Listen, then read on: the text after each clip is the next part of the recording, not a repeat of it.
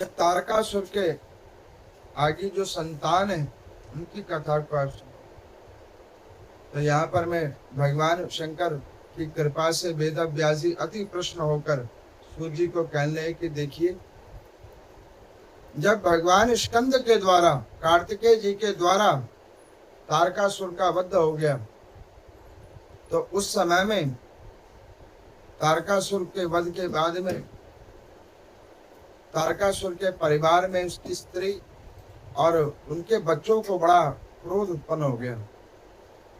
और वो क्रोध सारे देवी देवताओं के प्रति हो गया, एक के प्रति नहीं, सबके प्रति हो गया। कभी कभी जब जीवन में दुख आ जाता है ना, तो व्यक्ति क्या करता है, सबसे पहले पूजा ही करना बंद कर देता है। पूजा बंद कर देता है, उसको लगता है कि भगवान जी ने मेरी सुनवाई नहीं करी, भगवान ने क्या सुना मेरा। और जिस वक्त वो भगवान की पूजन वंदन करना बंद कर देता है, उस समय वो दुख कम होने के बजाय और बढ़ जाता है, और बढ़ जाता है। जो प्रारब्ध में वो तो भोगना पड़ेगा, लेकिन नाम संकीर्तन का सहारा रहेगा तो कैसे भी करके उस लक्षण समय और स्थिति से आप बाहर आ जाओगे। केवल नाम संकीर्तन के सहारे दुख आएगा लेकिन प्रभाव नहीं कर पाएगा।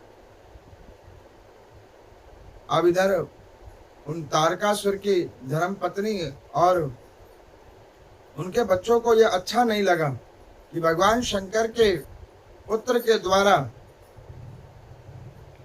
उसके पिता की मृत्यु हो गई। अब तारकासुर के 3 बेटे थे। बड़े वाले का नाम था तारकाक्ष, दूसरे का नाम था विद्युन्माली, और तीसरे जो छोटा बेटा था उसका नाम था कमलाक्ष।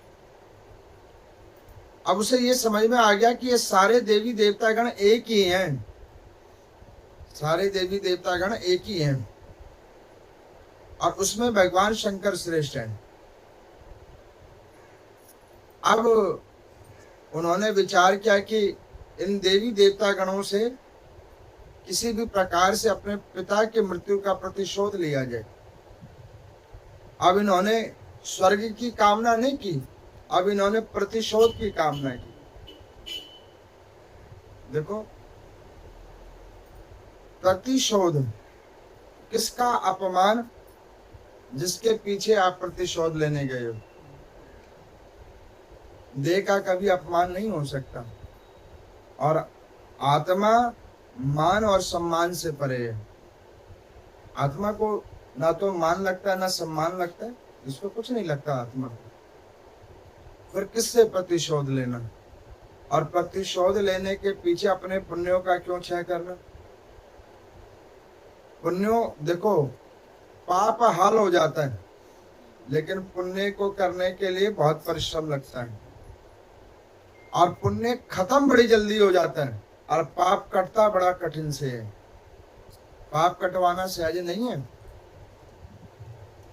सबसे अगर कोई भारी तत्व है तो वो है पाप कर्म,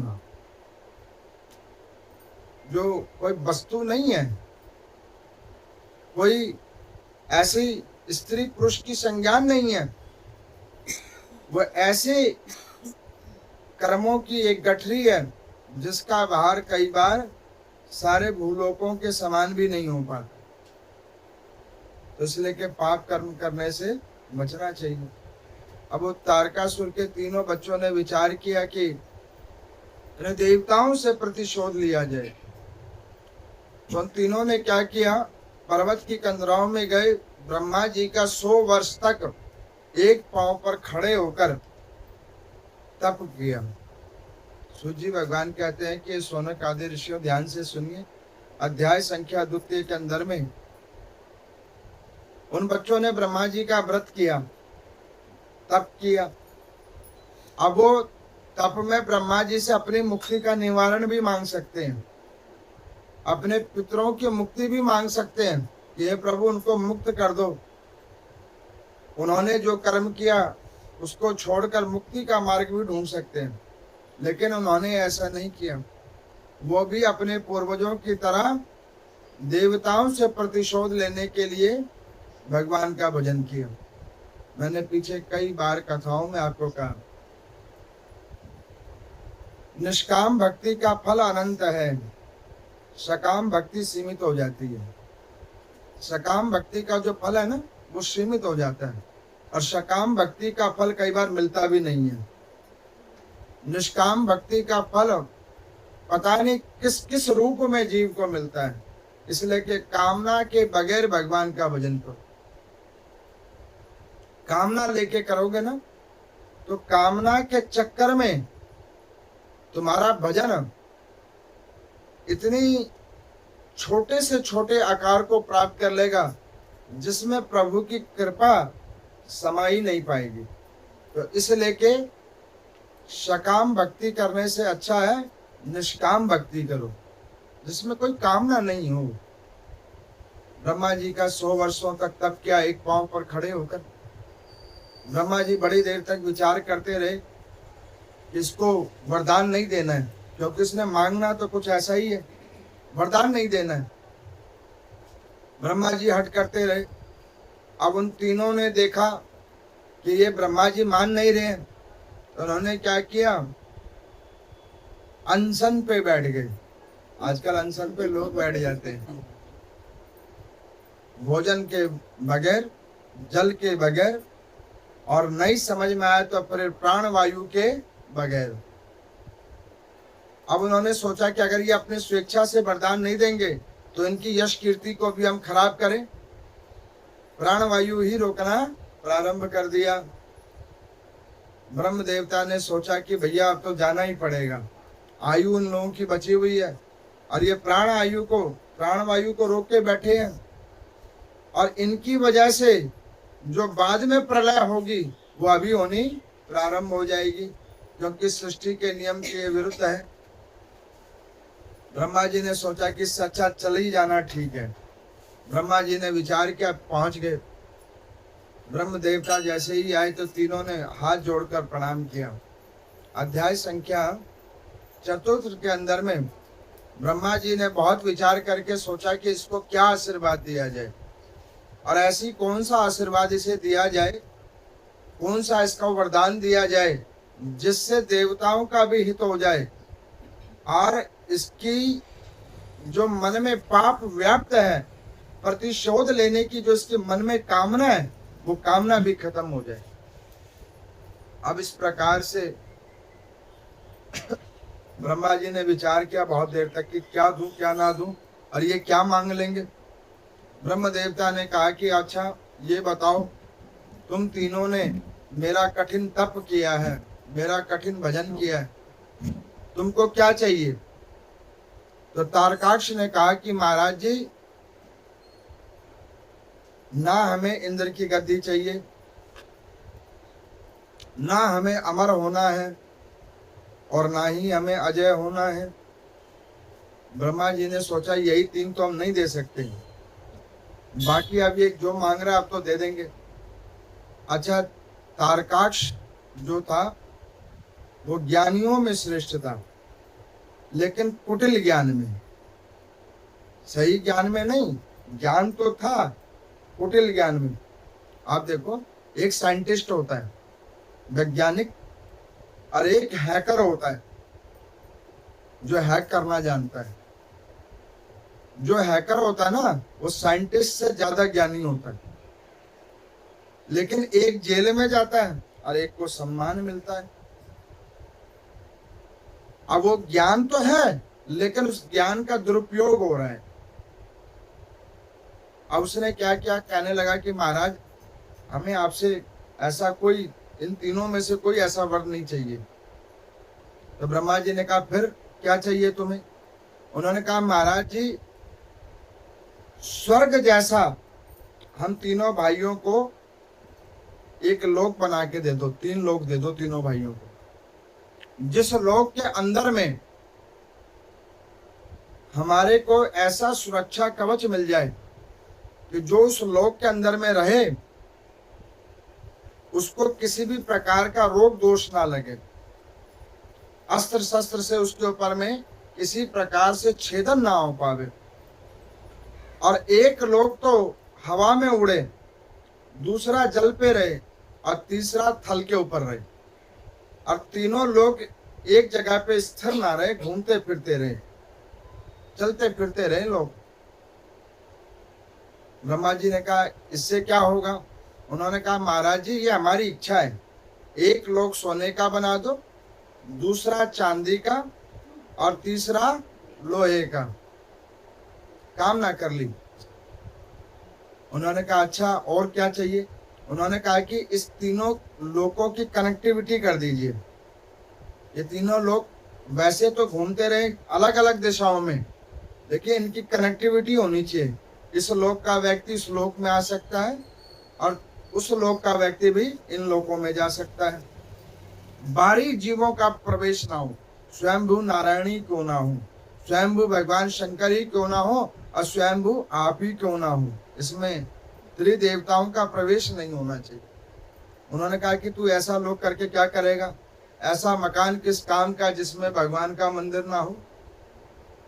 ऐसी कॉलोनी किस काम के जिसमें भगवान का मंदिर ना हो? मंदिर ही नहीं है, क्या करोगे? भगवान के बगैर संसार शून्य है। अब यहाँ पर मैं ब्रह्मा जी ने कहा अच्छा और क्या चाहिए? उन्होंने कहा कि महाराज जी 1000 वर्ष में ये एक बार पुष्य नक्षत्र आवे और अरवारत मेघों के द्वारा मेघ वर्णा हो, और उस समय में अभिजूत मूर्त उत्पन्न हो, तब ये तीनों पुर जीव आत्माओं को दिखे। उसके अलावा ये जो तीनों पुर है वो किसी को दिखे भी नहीं सहज रूप से। तो उन्होंने कहा कि बेटा ये तूने अजय अमर और इंद्र की गद्दी का तो सब चूड़ी ढूंढ लिया, बिल्कुल उसी के समान तुमने ढूंढ लिया। अब तुम ऐसे नहीं ऐसे चाह रहे हो, लेकिन एक बात ध्यान करना, जिसने हरि से बैर किया, जिसने हर से बैर किया, जिसने वैष्णवों के ऊपर अत्याचार किया, धर्म के ऊपर अत्याचार किया, उसको कोई नहीं बचा पाया। तो भैया ये चीजों को ध्यान करना। उन्होंने कहा कि वो हम देख लेंगे। उन्होंने कहा तुम जब इतनी प्लानिंग करके आए हो तो अपनी मृत्यु का बता दो, कैसे तुम्हारी मृत्यु होगी, क्योंकि अब तुम लोगों के ऊपर में मेरा विश्वास थोड़ा कम जगता है और मैं ऐसे वरदान दूंगा नहीं। तो उन्होंने कहा कि ठीक है, अब आप इतना कह रहे हो तो हमारी मृत्यु के कारक बनेंगे भगवान शंकर। भगवान शंकर ही संहार करता है, और हमारा पिताजी जो थे वो उनके पुत्र के द्वारा मारे गए और हम उनके द्वारा मारे जाएं, लेकिन इन नियम और शर्तों के द्वारा।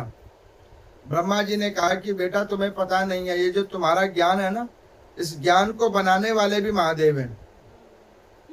ये जो तुम इतना सोच विचार करके अपनी बुद्धि से बना के दे रहे हो ना, ये सब इसके पीछे महादेव है। मैं कभी कभी कहता हूँ इतना जो ज्ञान लगा रहे हो बचाने के लिए, बचने के लिए, अरे उससे अच्छा बगैर ज्ञान के भजन करो। जिन्होंने बचाना वो अपने आप बचा लेंगे, और जब उनके द्वारा ही आदेश हो गया है तो खूब ज्ञान लगा लो अपने बचने का और बचाने का। दोनों हाथ ऐसे ही मुंदे खड़े रहे होंगे और आप कुछ नहीं कर पाओगे। ना आपका ज्ञान, ना आपकी शक्ति, ना आपका धन, और ना ही कोई पद नहीं बचा पाएगा, क्योंकि उसके आगे किसी का जोर नहीं है। परमात्मा के आगे किसी का जोर नहीं है। ब्रह्मा जी ने कहा कि देख लो, ठीक है तुमने वरदान मांग लिया, लेकिन अभी भी हम तुम्हें बतला रहे हैं, तुमने अजय अमर और इंद्र की गद्दी के समान ही वरदान मांग लिया, लेकिन तुमको हम बतला रहे हैं तुम्हारे पिता जो मरे हैं उससे कुछ सीख लो।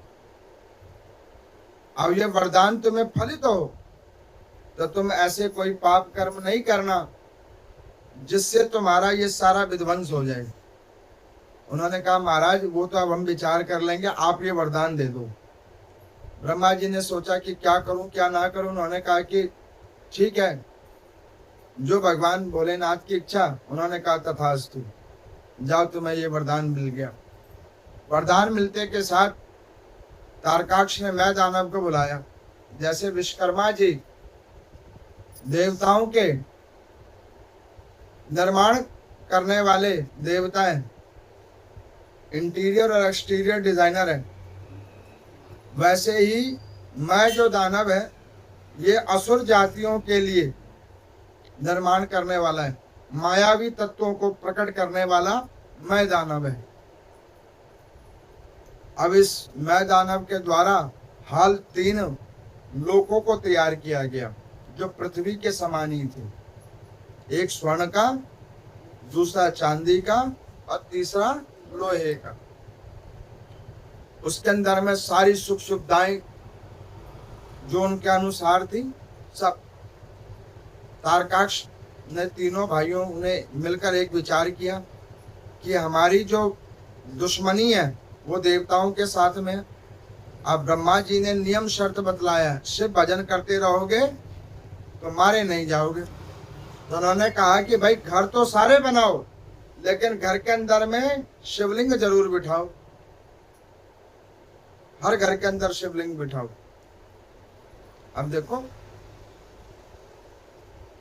भगवान शालिग्राम जी को, भगवान शंकर जी को ऐसे नहीं रखा जाता, इसके बड़े नियम हैं। आजकल बहुत सारे कथा व्यास हैं, कहते कोई बात नहीं, रख लो रख लो। अरे क्या रख लो, कैसे रख लो? आप उनके नियम नहीं मान रहे हो और रख लो, मान के चलो। अभी आप लोग कथा सुन रहे हो और हम कथा सुनाना छोड़कर अन्यत्र आपको भाषाएं सुनाए, अन्यत्र चीजें सुनाए तो आप कितनी देर सुनोगे? थोड़ी देर के बाद आप चले जाओगे। ठीक उसी प्रकार से हरि और हर भगवान को ऐसे घर में नहीं स्थापित करना चाहिए। इनके बहुत सारे नियम हैं, जो नियम आप लोगों से सहज रूप में नहीं हो पाएगा। मैं तो यहाँ देखता हूँ कि इस समाज में शायद ही कोई ऐसा घर पवित्र हो जिसके अंदर में एक समय का पका हुआ भोजन दूसरे समय ग्रहण ना होता हो। शायद ही ऐसा कोई घर हो, नहीं तो अधिकांश घरों में क्या है, 95%, भाई 1-8% तो हर जगह ठीक होते हैं, 95% दिन का बना हुआ रात को या रात का बना हुआ दिन को खाया जा रहा है। और जहां पर ऐसा भोग लगता है तो उस जीव के, उस घर के पदार्थ को देवता स्वीकार नहीं करते, पितर स्वीकार नहीं करते। विशेष तौर पे भगवान शंकर के शिवलिंग और शालिग्राम भगवान का तो बिल्कुल ही निषेध है। एक माता जी हमें कहती, पंडित जी हमने फलाने फलाने व्यास जी की कथा सुनी, टीवी पे चल रही थी, तो हम उनके वहां पे गए, तो वहां से हम एक शिवलिंग ले आए, तो शिवलिंग को हमने तुलसी के पेड़ में रख दिया। मैं कह और अच्छा काम नहीं किया आपने, शिवलिंग को तुलसी के जड़ में नहीं रखना चाहिए, शिवलिंग के ऊपर तुलसी का पत्र नहीं चढ़ता, और तुमने उसके अंदर रख दिया। तो उन्होंने कहा कि अब एक काम करूं कि अब आप ये ऐसी कथा सुनाते हो तो वहां से उठा के मनी प्लांट में रख दो। तो मैंने कहा कि माता जी मनी प्लांट में रखोगे या किसी भी प्लांट में रखोगे और उनकी पूजा आराधना ठीक से नहीं होगी तो मैं तुम्हें बतला रहा हूं, जो दोष तुम्हें विग्रह को लाने का लगेगा उससे भी ज्यादा दोष तुम्हें उनकी नियमों का ना मानने का लगेगा। अशुद्धि से किया गया पूजन, उसका फल अनंत तरीके से भोगना पड़ता है, रोग दोष आदियों से भोगना पड़ता है।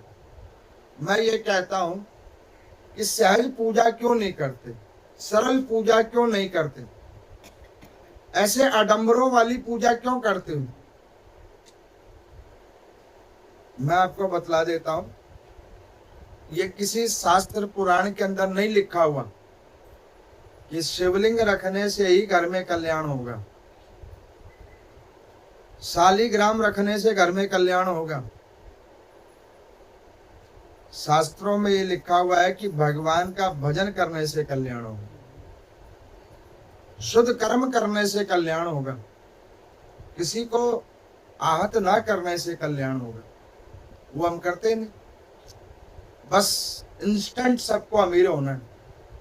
पीछे किसी ने दीपावली का पर्व गया, धन्वंतरी जी की विग्रह लेके आ गए घर में। कह रहे कि पंडित जी धन्वंतरी जी को कैसे रखा जाता है घर में?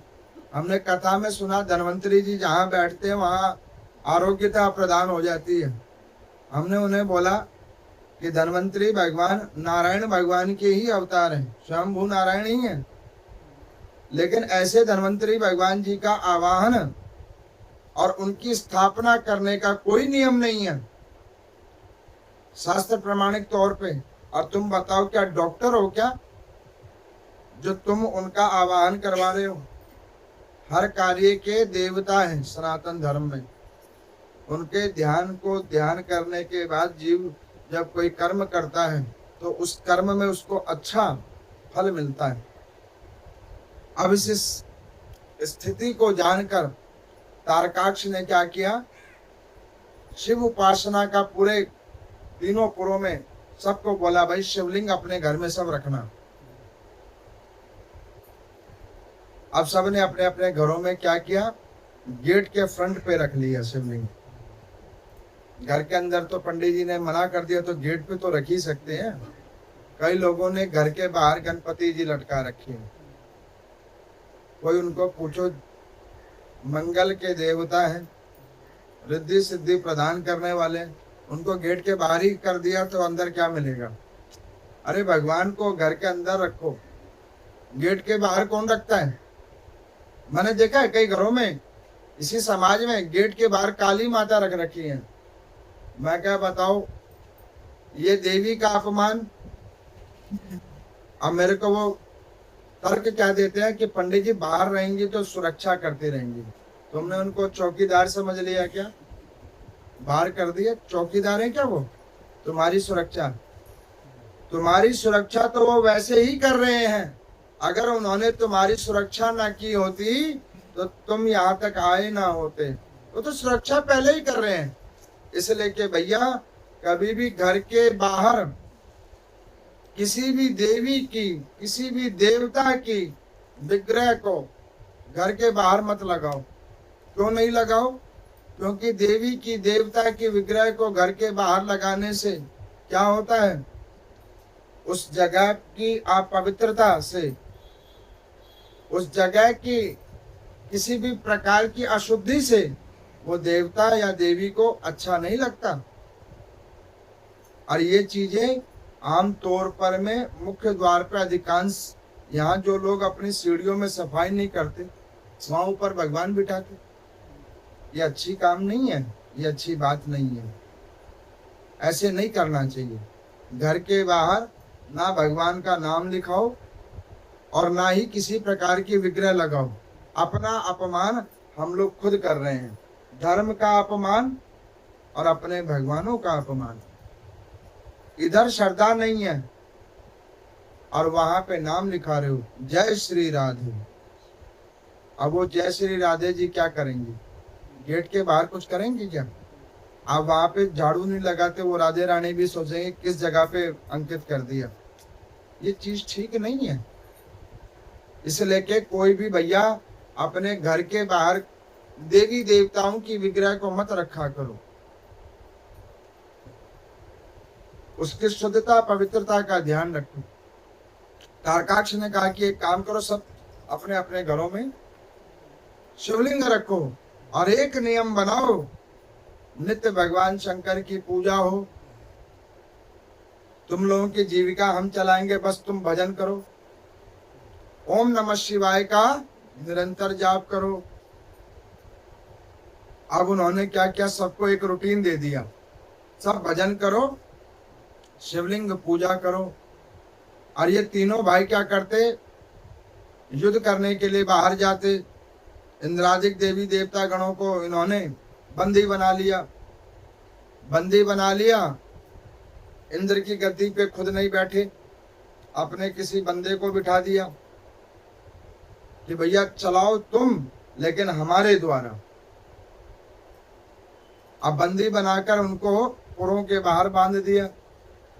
ब्रह्मा जी को पता लगा। ब्रह्मा जी ने नारायण भगवान को कहा कि इनका कैसे होगा अब काम। उन्होंने कहा भगवान शंकर के द्वारा मरने का तो इन्होंने खुद ही चुन लिया है विधान। तो उन्होंने कहा वो तो ठीक है, लेकिन घर घर में शिव पूजा हो रही है, ये मरेगा कैसे? एक बार रावण ने बोला कि तुम्हें मेरे भुजदंड की शक्ति का आभास नहीं है। मैंने कैलाश पर्वत भगवान शंकर और मां पार्वती के साथ उठा लिया। जब वो इस प्रकार कहने लगा, उसी वक्त उन ऋषि ने कहा कि फिर तुमने भगवान शंकर और मां पार्वती के द्वारा प्राप्त आत्मलिंग जो भूखंड पे स्थापित हो गया उसको क्यों नहीं उठा पाए? जिसने कैलाश पर्वत अपने भुजदंड पे उठा लिया वो एक शिवलिंग कैसे नहीं उठा पाया? अब राजन जो रावण था वो सोच में पड़ गया। तब ऋषि बोले, तूने कैलाश पर्वत उठाया शिव की कृपा से, उनकी इच्छा थी तो तूने उठा लिया, उन्होंने इच्छा हटा ली तो एक छोटे से शिवलिंग को भी तू नहीं उठा पाया। ये कथा इसी बात को कहती है, प्रभु की कृपा है तो ये हमारा सामर्थ्य है जो हम कुछ कर पा रहे हैं। जिस दिन उनकी कृपा खत्म हो जाएगी उस दिन आपका समाज सब यही होगा और आपसे कुछ नहीं हो पाएगा। ये जो कुछ हो रहा है ये इन्हीं भगवान की कृपा से हो रहा है। अब उन्होंने क्या किया, हाहाकार मचा दिया। भगवान शंकर ने कहा कि देखो उन लोगों में हमारा भजन हो रहा है और ऐसे हम भजन करने वाले जीवों के ऊपर में प्रहार नहीं करेंगे, चाहे वो सकाम भक्ति से ही क्यों नहीं कर रहा हो। वो सकामी भक्ति तो हो रही थी कि भजन करते रहेंगे और लोगों को जीतते रहेंगे।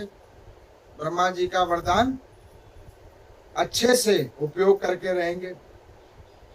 जो लोग ये जो टोटकों को करते हैं, देव पूजा की ही माध्यम को पकड़ के करते हैं, उन्हीं का सहारा लेके करते हैं दूसरों के अनहित करने के लिए, और कुछ जगहों पे कुछ समय के लिए फलित भी हो जाते हैं लेकिन स्थिर नहीं हो पाते।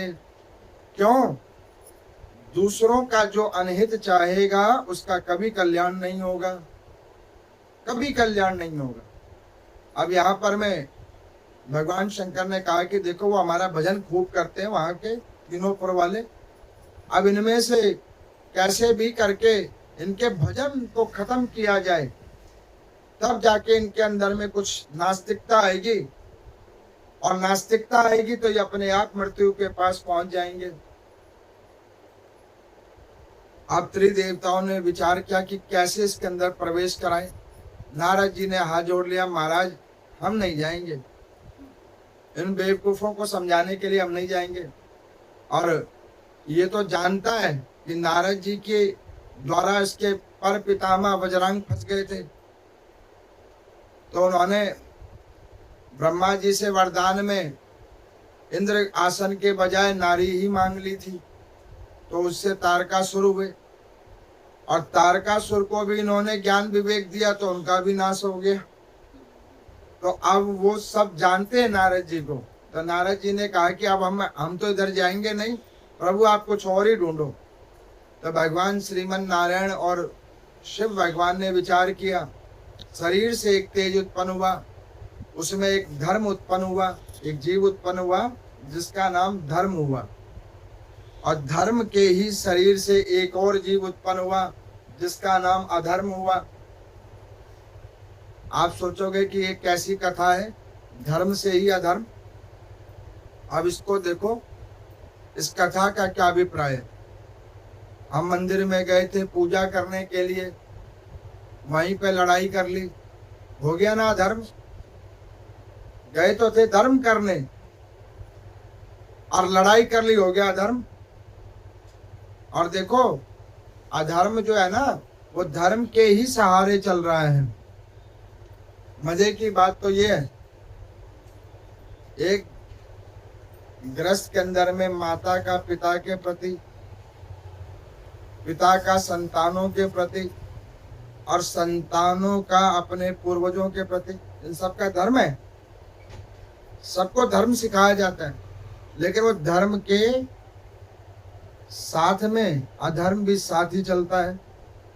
जहाँ पे सम्मान द्वेष निंदा की भाव आ गई, अधर्म उत्पन्न हो गया, तो उस अधर्म ने प्रकट होते के साथ अपना मुंह ढक लिया। अधर्म होता है मुंह ढक के, पाप होता है मुंह ढक के छुप कर, और भजन होता है मुंह खोल के, बगैर किसी के भय के। कोई डर नहीं।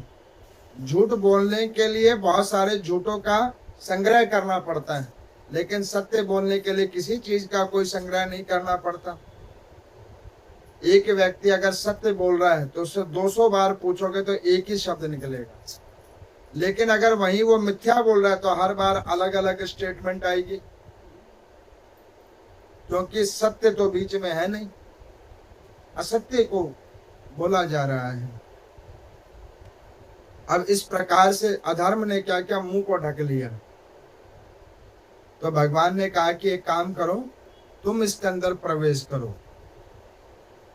तो कहने कि वो कैसे? उन्होंने कहा शिव योगी बन के। शिव योगी बन के आजकल ये जो छोटे छोटे संप्रदाय हैं, इन्होंने मुंह ढक रखे हैं अपने दिखाने के लिए, और धर्म का चोला ही पहन रखा है। और मार्ग कौन सा दे रहे हैं? अधर्म का। मंदिर में पूजा का कोई फल नहीं, शिव और शंकर अलग हैं। मंदिर वाले शिव अलग हैं और हमारे शंकर अलग हैं। मैंने कहा है जिस दिन उस भगवान शंकर को पता लगेगा, वो अपने आप एक कर देंगे। अभी जो दो हैं वो अपने आप एक हो जाएगा। जब इन असुरों को पता लग गया कि सारे देवी देवता गण एक हैं, तो हमारी पापी बुद्धि मन शिव और शंकर को ही अलग अलग बता रहे हैं। बता रहे हैं कि नहीं बता रहे हैं? ये कौन है? धर्म का मुख लेकर अधर्म करने वाले जीव, और वो अपना ज्ञान दे रहे हैं। कैसे? इन्हीं शास्त्रों का निचोड़ निकाल कर, और कहते हैं कि खूब शांति मिल रही है। अरे ऐसी शांति मिलती है? ऐसे शांति नहीं मिलती। जब तक जीवित रहोगे तब तक शांत नहीं रहोगे। मुझसे लिखवा जाओ कोरे कागज पे। मरने वक्त तक शांत नहीं रहोगे। अगर शांत होते तो स्वयंभू नारायण क्यों ना प्रकट हो जाते? शांत नहीं हो जब भी तो कर्म भोग रहे हो। फिर कोई कहे कि फिर हम पूजा क्यों करते हैं, भजन क्यों करते हैं? वो पूजा भजन उसी शांति की प्राप्ति के लिए करते हैं। कभी तो प्रभु को दया आएगी तो इस भवसागर रूपी समुद्र से हमें शांत कर देंगे। उनको दया आएगी। उस अधर्म रूपी जीव को उसका नाम रखा मुंडी। क्या नाम रखा? मुंडी। उसको कहा कि जाओ प्रवेश करो। अब वो मुंडी नाम वाला जीव भूखंड में पहले गया, जो लोहे का बना हुआ था, सबसे छोटे वाले भाई का। उसके अंदर में पहुंच गया। बड़ी बड़ी रुद्राक्ष की मालाएं पहनी, जटाएं बड़ी बड़ी की, दाढ़ी लंबी चौड़ी बनाई, भगवा वस्त्र पहना और प्रचार किया ओम नमः शिवाय। ओम नमः शिवाय का प्रचार किया। अब बात तो सही है, ओम नमः शिवाय पंचाक्षरी मंत्र का जो जाप करे उस जीव का कल्याण होए। अब अधर्म भी धर्म का ही सहारा लेता है, तो उसने धर्म का सहारा लिया। अधर्म ने ओम नमः शिवाय। उस नगर के बीच में जाकर वो बैठ गया और किसी को देखे नहीं, किसी को कहे नहीं कुछ, और चुपचाप क्या करे? ओम नमः शिवाय खूब जाप करे, ओम नमः शिवाय। एक ने देखा, दो ने देखा, तीन ने देखा, देखते देखते भीड़ हो गई। एक महात्मा जी आए हैं, खूब भजन करते हैं भगवान शंकर की। चलो उनके भजन को सुनने के लिए चलो, उनकी कथा को सुनने के लिए चलो। भजन सुनना, कथा करना अथवा कथा को सुनना, ये बहुत अच्छा काम है, ये सत्कर्म है।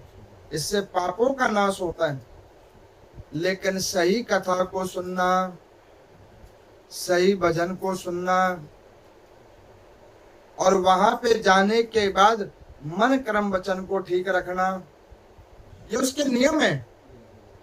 अब सब वहां एकत्रित होने लगे।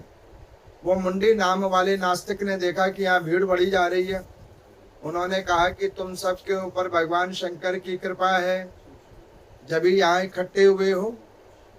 सब लोग कहने लगे कि प्रभु आप जैसे महात्माओं की कृपा से भगवान शंकर की कृपा हमें मिल रही है। तो उन्होंने कहा एक काम करो, तुम सबको शिवलोक जाना है। उन्होंने कहा बिल्कुल प्रभु, हम सबको शिवलोक जाना है। तो उन्होंने कहा एक काम करो कि जो भजन करते हो वो थोड़ा और ज्यादा करो।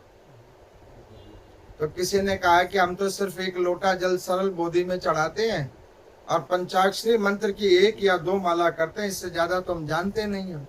उन्होंने कहा कि देखो हम तुम्हें नियम बतलाते हैं। कहने लगे क्या नियम है? कहने लगे कि देखो सोमवार की मूंग की दाल चढ़ाओ भगवान शंकर के ऊपर में, मंगलवार को मसूर की दाल, वीरवार को चने की दाल और शनिवार को माँ की दाल।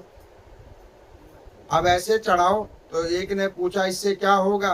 उन्होंने कहा कि इससे जो है तुम्हारे को, जैसा तुम्हारा राजा धनी है वैसे तुम सब धनी हो जाओगे। लेकिन पूजा करो भगवान शंकर, पूजा करो भगवान शंकर के, लेकिन ऐसे करो। अच्छा, 20 वर्षों से हम आप लोगों के बीच में हैं। अभी ये ग्रंथ भगवान सामने खुले हुए हैं। कभी हमने कहा आपको ये चढ़ाओ? मेरी अब तो ये YouTube चैनल पे बहुत सारी रिकॉर्डिंग्स हैं, अराउंड 1500 से ज्यादा वीडियोस इसके ऊपर अपलोड है। मैं नहीं कभी किसी को कहता ये चढ़ाओ। क्यों? चढ़ाने से कुछ नहीं होगा। भाव पहले शुद्ध करो, ये शुद्ध करो, और जब भाव शुद्ध होगा तो भजन में मन लगेगा, और जब भजन में मन लगेगा तो अपने आप प्रसन्न हो जाएंगे। कुछ करना नहीं पड़ेगा। अब चढ़ा तो रहे हो माँ की दाल और दूसरे की माँ बहन करने के लिए तैयार हो, तो ऐसे पूजा का कोई फल लगेगा? नहीं लगेगा, कोई लाभ नहीं उसका। अब उन्होंने ऐसे ऐसे वहां पे उपाय और टोटके बताने प्रारंभ किए, उस मुंडी वाले नास्तिक जीव ने। और नास्तिकता देखो हमारे समाज में कैसी है, एक को देख के दूसरा, दूसरे को देखकर तीसरा, तीसरे को देख के साथ में भीड़ लग जाती है। अच्छा, उनमें से किसी को पूछो तुम्हारा कल्याण हुआ क्या, तो सब एक दूसरे की शक्ल देखे कहते हाँ हाँ हुआ हुआ, और हुआ किसी का नहीं। मैंने पीछे कथा सुनाई थी, अगर आप लोगों को ध्यान हो, एक व्यक्ति का नाक कट गई। बहुत चर्चित हमारी ये कथा है, बहुत चर्चित कथा है हमारी। अब उसको लगा कि नाक कटने का प्रतिशोध, और ये लोग हमारा प्रयास करें तो सबसे बदला ले लें। तो उन्होंने भगवा रंग का वस्त्र पहना, पहुंच गए एक मंदिर में, जय सिया राम प्रभु जय सिया राम, आंख बंद करके भजन करे। सुबह शाम 1 हफ्ता भजन किया। 8वें दिन एक परिवार आया, महाराज जी बहुत भजन करते हो आप, लेकिन मुंह को बांध के भजन करते हो। तो उन्होंने कहा कि ये हमारी साधना है। उन्होंने कहा तुम क्यों आए हो? उन्होंने कहा महाराज जी घर में बड़ी समस्या है, रोग दोष से लेकर काम धंधा नहीं चल रहा है, आप कृपा कर दो, और हमें तो आपसे लगता है आप बड़े तेजस्वी हो। उन्होंने कहा कि ऐसे नहीं भगवान मिलते, ऐसे भगवान की कृपा नहीं होती। कृपा होगी कुछ त्याग करने से। तो उन्होंने कहा कि क्या त्याग करें? तो उन्होंने कहा कि तुम्हारे जीवन की जो बहुमूल्य वस्तु है वो। तो उन्होंने कहा वो पैसा वैसा? उन्होंने कहा वो तो हमें चाहिए नहीं, पैसा वैसा नहीं चाहिए। तो उन्होंने कहा फिर क्या त्याग करें? उन्होंने कहा कि एक काम करो, तुम्हें इस शरीर की रचना के अंदर में जो सबसे श्रेष्ठ है वो त्याग करना पड़ा। उन्होंने कहा क्या? उन्होंने कहा नाक। कहते हैं ना ये हमारे नाक की बात है। उन्होंने कहा नाक। उन्होंने कहा नाक? कहा हाँ नाक। तो आपने ये मुंह को ढक रखा है? अरे हमने भी तो वही त्याग किया है, वही त्याग किया। तो उन्होंने कहा कि आपको भगवान मिल गए? उन्होंने कहा तुम्हें अभी पता नहीं लगा, तुम इधर मुझसे बात करो, सामने भगवान खड़े हैं, सीता राम जानकी सामने में खड़े हैं। उन्होंने कहा बड़ी अच्छी बात है। भगवान क्या कह रहे हैं? भगवान कह रहे हैं कि इनके ऊपर भी कृपा करो। भगवान यही कह रहे हैं। अब भगवान सही में ये कहते हैं, जो उनके सानिध्य होए उस सब जीव के ऊपर कृपा होए। लेकिन कृपा करने वाला व्यक्ति भी तो ठीक होए। भगवा वस्त्र पहनने से नहीं होगा, दाढ़ी बढ़ाने से नहीं होगा, जटाएं बनाने से नहीं होगा, खूब मालाओं को पहनने से नहीं होगा। अगर आचरण शुद्ध नहीं है तो खूब नाम संकीर्तन करने से भी कुछ नहीं होगा। इसको शुद्ध करना पड़ेगा। अब उस ने अगले दिन दोनों मियाँ बीवी आए। पहले तो पत्नी कहने लगी कि हम ही नाक कटवा लेते हैं। तो उन्होंने महाराज जी ने कहा कि देखो, पत्नी करो, अकेले नहीं, और अकेले तो हम ऐसे करते नहीं किसी, पति पत्नी साथ। तो वो दोनों आगे। तो उन्होंने कहा कि महाराज जी आप कृपा करो। तो उन्होंने कहा कि एक काम करो, तुम इसकी नाक काट दो, वो तुम्हारी काट देगा। दोनों ने एक दूसरे की नाक काट दी। भैया ये शिव महापुराण का भाव नहीं है, ये आज के समाज की स्थिति का भाव है जो हम व्याख्यान कर रहे हैं आपको। जो आज लोगों के मन में ये भगवान की कथाओं का सहारा लेकर, धर्म का सहारा लेकर जो अधर्म फैला रहे, ये उसका भाव है ये। अब उन्होंने कहा कि महाराज जी भगवान तो नहीं दिख रहे। तो उन्होंने कहा वो हमें कहाँ दिखे। तो उन्होंने कहा फिर आपने हमारी नाक काट दी। तो उन्होंने कहा कि पहले हम अकेले थे, एक से भले तीन, अब तुम दोनों भी हो गए हो। तो उन्होंने कहा कि आप क्या करें। तो उन्होंने कहा लोगों को बताओ और बंदे इकट्ठे करो, 2 से 3, 3 से 5, 5 से 10, 10 से 20, 20 से हो गए 100। पूरे नगर ने नाक कटवा ली, कोई नहीं बचा। सब नाक कटवा के घूम रहे हैं। और कोई नाक कटवा के कंठी पहन के घूम रहा है, कोई नाक कटवा के बैजंती माला पहन के घूम रहा है, कोई रुद्राक्ष की माला पहन के घूम रहा है। क्या कर रहे हो? भगवान का भजन ऐसे होता है। भजन मैं देखता हूँ कई जीवों को, मैं उनकी श्रद्धा को ठेस नहीं पहुंचाता। पार्क में वॉकिंग कर रहे हैं, स्नान किया नहीं है, गुरु की दी हुई माला पे जाप हो रहा है, ये कौन सा नाक कटवा रहे? अरे इससे क्या प्रदर्शन हो रहा है? भजन कम हो रहा है, पुण्यों का क्षय हो रहा है। मैंने कई बार बोला, भोजन भजन और ध्यान ये एकांत में होना चाहिए, ये दिखा के नहीं होना चाहिए। अब यहाँ पर उन्होंने सबने नाक कटवा ली। उस नगर के प्रदेश के महाराज को पता लगा कि भाई सबकी नाक कट गई है। उन्होंने कहा कि भैया ये कैसे हो रहा है? आज जिसको पूछो तो कोई कहे हमारे रात को सपने में भगवान आए थे, कोई कहे हमें वहां दिख रहे हैं, कोई कहे कुछ, अधिक किसी को कुछ नहीं रहे हैं। जो लोग कहते हैं कि हम तुम्हें शांत कर देंगे, शांति देंगे, मेरे से मिलवा दो, अगर वो हमें शांत कर दे हम उनके ही सानिध्य हो जाएंगे, काम धंधा छोड़ उन्हीं के चरण पकड़ के बैठ जाएंगे। ऐसे कोई किसी को शांति प्रदान नहीं कर सकता। इस मृत लोक के ऊपर में जो जीव उत्पन्न हुआ है, कर्म बंधनों में बंधा हुआ है, वो खुद शांत नहीं है, दूसरों को कैसे शांत करेगा? एकमात्र आश्रय नाम संकीर्तन, वो करो, उनकी कृपा होगी तो शायद मुक्त हो जाओगे। अब राजा साहब ने सोचा भाई सबका भीड़ में गए, उन्होंने देखा सबके मुंह पे पट्टी बंधी है, सबको भगवान मिल गए। अब राजा ज्ञानी था, उसने सोचा कि ऐसे तो सबको भगवान नहीं मिल सकते, पाप कर्म इतने करता है, दूसरों का गला काटने में सोचता नहीं, और इसको भगवान मिल गए हैं केवल नाक कटवाने से। ना, भगवान क्या इतने सहज हैं क्या नाक कटवाने से मिल रहे हैं? पहुंच गए वहां पर, पहुंचे, भेष बदला। उन्होंने कहा कि महाराज जी को भी भगवान के दर्शन करने। उन्होंने कहा आज का अपॉइंटमेंट नहीं है। तो उन्होंने कहा कि एक काम करो, वो कुछ देना चाह रहे हैं आपके फाउंडेशन को, कुछ दान दक्षिणा देना चाह रहे हैं। उन्होंने कहा कि ले आओ, ले आओ, उनको ले आओ, इनसे बात हो सकती है, इन्हें ले आओ। लेके आए। महाराज ने उसी वक्त तलवार निकाला, गुरु जी को पकड़ लिया अब ये बताओ कि तुम्हें भगवान दिख रहे हैं अभी कि नहीं दिख रहे हैं? तो उन्होंने कहा कि महाराज भगवान भगवान किसी को नहीं दिख रहे हैं। तो उन्होंने कहा कि ये सबकी नाक क्यों तुमने काट दी? कहने लगे कि प्रभु मैं एक धूर्त हूं, अपने धुरताई के लिए और यहाँ पे जनमानस के आगे अपनी फेम, अपने सम्मान को लेने के लिए मैंने ये किया। राजा ने कहा कि अभी सबको बताएगा सच्चाई कि मैं तेरा सर धड़ से करूं अलग? तो उन्होंने कहा कि मैं ही बता देता हूं। उसने बताया कि भैया किसी को भगवान नहीं दिख रहे। अब गुरुजी कह रहे हैं किसी को भगवान नहीं दिख रहे, लेकिन शिष्य क्या कह रहे हैं? भावनाओं के सानिध्य होकर गुरुदेव भगवान कह रहे हैं, लेकिन भगवान सबको दिख रहे हैं। और मैं भी आपको कह रहा हूं, ऐसे अंध भगत नहीं बनो, बुद्धि का काम करो। बुद्धि भगवान ने सबको दी है। अब वो मुंडी नाम वाला जीव ने क्या किया? चारों मेर गया, नास्तिकता फैला दी। धीरे धीरे धीरे धीरे लोगों ने शिव भजन करना छोड़ दिया, उपायों में लग गए, उपायों को करते गए।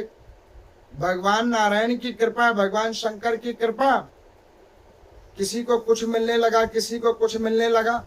उपायों को करने से क्षणिक सुख, लोगों ने क्षणिक सुख की कामना को ध्यान करके परम तत्व सुख को छोड़ दिया। गाड़ी मिल गई, इस उपाय को करने से 10 को और बताया, उनमें से भी एक आध को गाड़ी मिल गई। उन्होंने भगवान की पूजा छोड़ के गाड़ी की कामना वाली उपाय करना प्रारंभ कर दिया। अंधा क्या मांगता है? आंख। यही मांगता ना अंधा, क्योंकि उसके पास आंख नहीं है। लेकिन अंधा ये भी तो सोच सकता है कि ये संसारिक आंखें नहीं है, लेकिन जो दैविक आंखें तुम्हें अंदर से देखने की मिली है उसको तो खोलो ना। आंख। अब इस आंख के चक्कर में तीनों पुरों के अंदर में अंधविश्वास फैल गया। अंधविश्वास इतनी प्रचुर मात्रा में फैली, घर में मंदिर तो है लेकिन दिखाने के लिए है। और यही तो हो रहा है यहाँ पे। सब घरों के अंदर में नई नई मूर्तियों को लोग लेके आते हैं, किस लिए? डेकोरेशन के लिए। धार्मिक पुस्तकों को लेके आते हैं सेल्फ में लगाने के लिए। अरे ये श्रद्धा के लिए है, सजाने की वस्तु है क्या? ये सजाने की वस्तु नहीं है, इसका चिंतन और ध्यान करना है। मैं देखता हूँ हर एक हमारी श्रद्धालु वो क्या कहती है हमारे को, पंडित जी जैसे जैसे हम घर चेंज करते हैं ना, तो हर बार नए तरीके के नए पैटर्न के भगवान जी ले आते हैं। मैं क्या, भगवान चेंज नहीं होते भैया, भगवान तो वही रहते हैं, तुम्हारी बुद्धि खराब है। विग्रह में तेज उत्पन्न होने नहीं देते, उससे पहले इसको चेंज कर देते हो। ये गलत बात है। बार बार घर में बनाए हुए मंदिर के अंदर में भगवान की विग्रहों को ऐसे चेंज नहीं करना चाहिए। मैंने आपको बोला ना कि ये सब चीजें श्रद्धा को बढ़ाने के लिए है, भक्ति को बढ़ाने के लिए है, इस आत्मा की परमात्मा में भाव को जोड़ने के लिए है, ना कि सजावट के लिए। इसलिए कि निर्मल होना चाहिए मंदिर। भगवान की जो विग्रह हो वो कोई सजावट की चीजें नहीं होनी चाहिए, सहज होनी चाहिए, जिसको देखते के साथ तुम्हारा भाव जुड़ जाए। उसको चेंज मत करते रहा करो। अब ऐसे करके तीनों ही लोगों के अंदर में पहले अंधविश्वास प्रकट हुआ, अंधविश्वास के बाद में नास्तिकता प्रकट हुई। अंधविश्वास नास्तिकता की जननी है। अंधविश्वास। अब उस नास्तिकता ने क्या किया? शिव को तो देखना ही छोड़ दिया। जो चीजें उस नगर में नहीं थी वो सारी चीजें हाल फैल गई। घर घर दारू पिया जा रहा है, घर घर नॉनवेज खाया जा रहा है, घर घर कुसंग किया जा रहा है, निंदा जारी, लड़ाई झगड़ा यही कुछ हो रहा है। ब्रह्म मुहूर्त में उठना छोड़कर जीव 10 बजे में उठ रहा है। पहले संडे को उठता था, अब धीरे धीरे रोज उठने लग गया है। यही स्थिति हो गई। और जब ये स्थिति हुई तो त्रिदेवताओं ने विचार किया कि अब उचित समय आ गया। इतने में 1000 वर्ष बीत गया और देव योग से वो समय आया तो यहाँ पर सारे देवी देवता गणों ने भगवान शंकर के सानिध्य हुए, जिसमें पृथ्वी विश्वकर्मा जी के द्वारा निर्माणित होकर रथ का आकार लिया। सूर्य और चंद्रमा ये उस रथ के पहिए बन गए। पवन देवता ने अश्व का रूप लिया। ब्रह्मा जी स्वयं स्वार्थी बन गए। भगवान शंकर उसके ऊपर आरूढ़ हुए। पाशुपात नाम वाले अस्त्र को भगवान शंकर ने प्रकट किया। उसमें स्वयंभू नारायण बैठ गए अस्त्र का रूप लेकर। और जैसे ही पुष्य नक्षत्र हुआ, मेघ गर्जना हुई और अभिजीत मुहूर्त प्रारंभ हुआ, ठीक उसी वक्त भगवान शंकर ने अस्त्र चलाया और एक ही अस्त्र से तीनों पुरों का विध्वंस हो गया और तीनों पुरों के अंदर रहने वाले सारे जीवों का भी विध्वंस हो गया। मैं कहता हूं, आशा रखो परमात्मा में, जिस दिन उसकी कृपा होगी जीवन की सारी विपदाएं एक साथ खत्म हो जाएगी, एक साथ। बस विश्वास रखो उस परम पिता परमेश्वर में, विश्वास रखो। अब एक बाण से तीनों पुर और तीनों पूर्वों के अंदर में जो अधर्म था वो सब भगवान शंकर ने खत्म कर दिया। और भगवान का यहाँ पे एक नाम हुआ त्रिपुरारी। बोले त्रिपुरारी भगवान की जय। ऐसे प्रभु शंकर का एक नाम त्रिपुरारी हुआ। तो यहाँ पर सूत जी कहते हैं कि देखो शौनक आदि ऋषियों, युद्ध खंड में प्रथम 13 अध्यायों में ये भगवान शंकर की उन त्रिपुरासुरों के ऊपर में जो 3 भाई हैं तारकासुर के, उनका विध्वंस भगवान शंकर के हाथों हुआ और पुनः भगवान शंकर ने धर्म की जय और अधर्म का नाश कर दिया। आज की कथा आप लोगों को